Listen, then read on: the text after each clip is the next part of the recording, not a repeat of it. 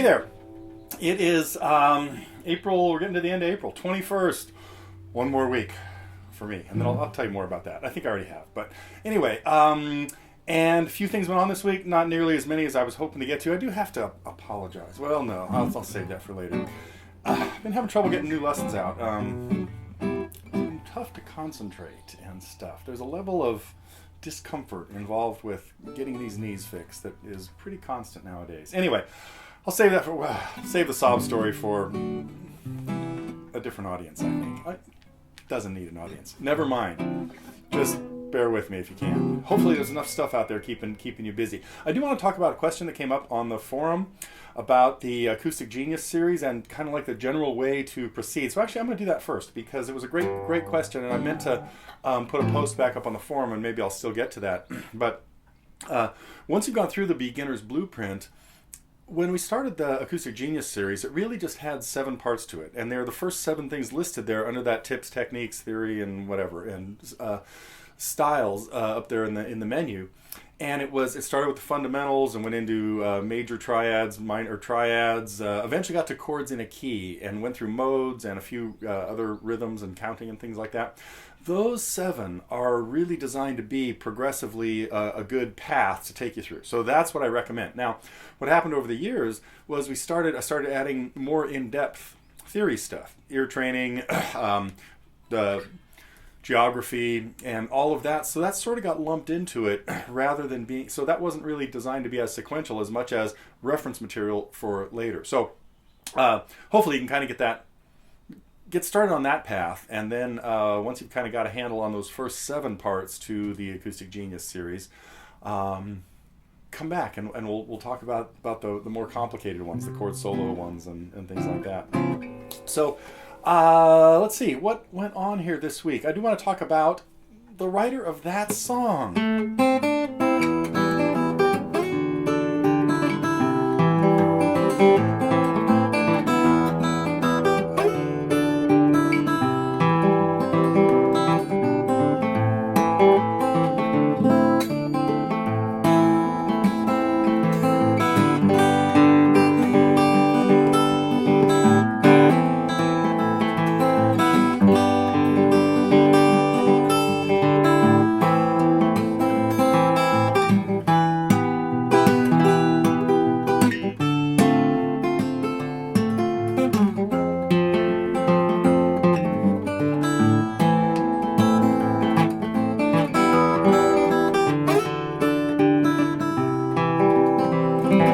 In 1963 he wrote that. By 1969, 6 years later, he was writing stuff like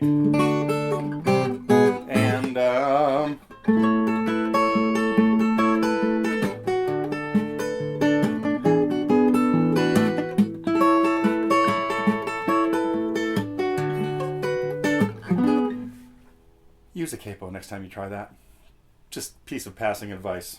Anyway, in 6 years, George Harrison came from writing his first song, Don't Bother Me, a song that he always thought was just a piece of junk and a throwaway, but he saw that his buddies Paul and John were putting together great songs like this. One a little bit later. Not much, though. Actually, probably not. Anyway, so he figured out this songwriting thing must be easy. Let's go ahead and do it. So I really appreciate Dermot. You added a nice little thing to George Harrison, the 10 things you didn't know about George Harrison. One of which was, well, let's see. I actually knew almost all of them, but they were kind of the one that, yes, he was 27 when the Beatles broke up, means he was 26 when he wrote stuff like Here Comes the Sun and Something, give or take a little bit of give or take a year, and really organized the first megastar rock concert. That was pretty cool. I hope most of you have heard, we're all about the same age. You probably remember the concert for Bangladesh. That was just a spectacular movie. It's now available, I'm sure, on Blu-ray and in 4K and IMAX, even though it was shot, like squishy little stuff back in 1971, but was a great movie and a really cool part of that movie. To digress, should I? Okay. scenes where Bob Dylan, they weren't even sure Dylan was going to show up. So when Dylan gets out there, and then Leon Russell and George decide to stay on stage with him, and then he starts playing some songs that they think they know, it's pretty clear that he's playing them a little differently enough to where they don't really know where he's going with this. And it takes a little while, it takes like a verse and a half a chorus, for them both to sort of lock into the progression, and for Leon to figure out what's going on the bass. And I say that, and I can't remember what song specifically I'm thinking of now, but it was a song that, it might have been a really easy one, like Tambourine Man or something, you know.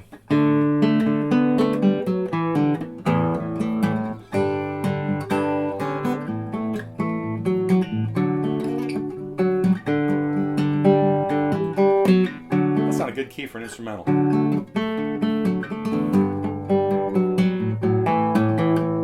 Let's try it somewhere else.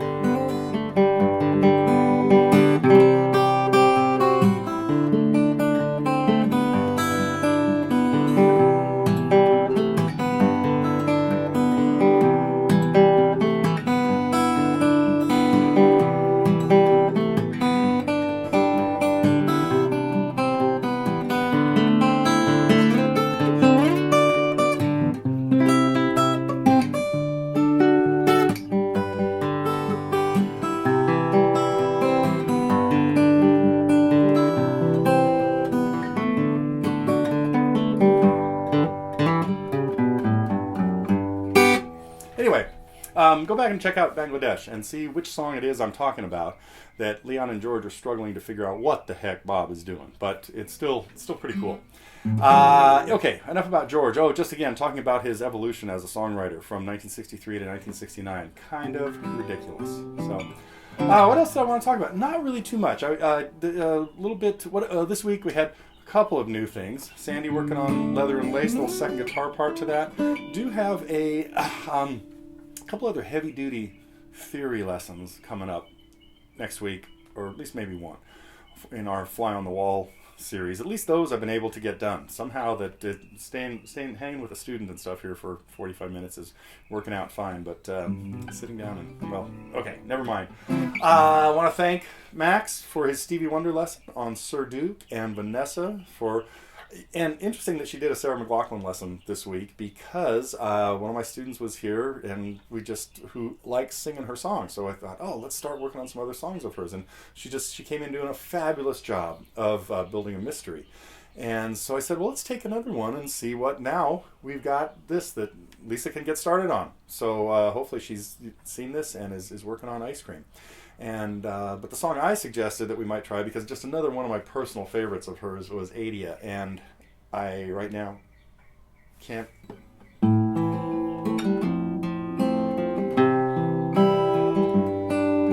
Might have been something like that. I'll come back to it. Save that for next week, hopefully. So that was it. A couple of new lessons from Max and Vanessa, and a Fly on the Wall here, and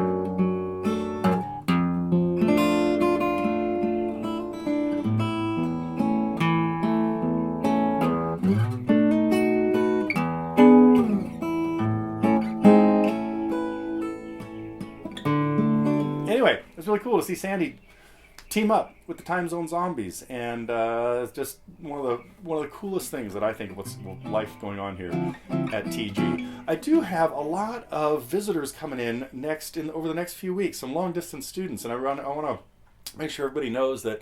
And I mention this every few months, I think, but we've got a couple of old IGCers coming in for lessons, and I love when people are traveling through Northern California and want to come in, and sometimes it's even just to see the place. It may not be to even take a lesson. It's just to see behind the scenes here at TG Central. Oh, there's plenty of that in the IGC videos and stuff too. So, okay, I think that's it. I should go out with something that I play all the time.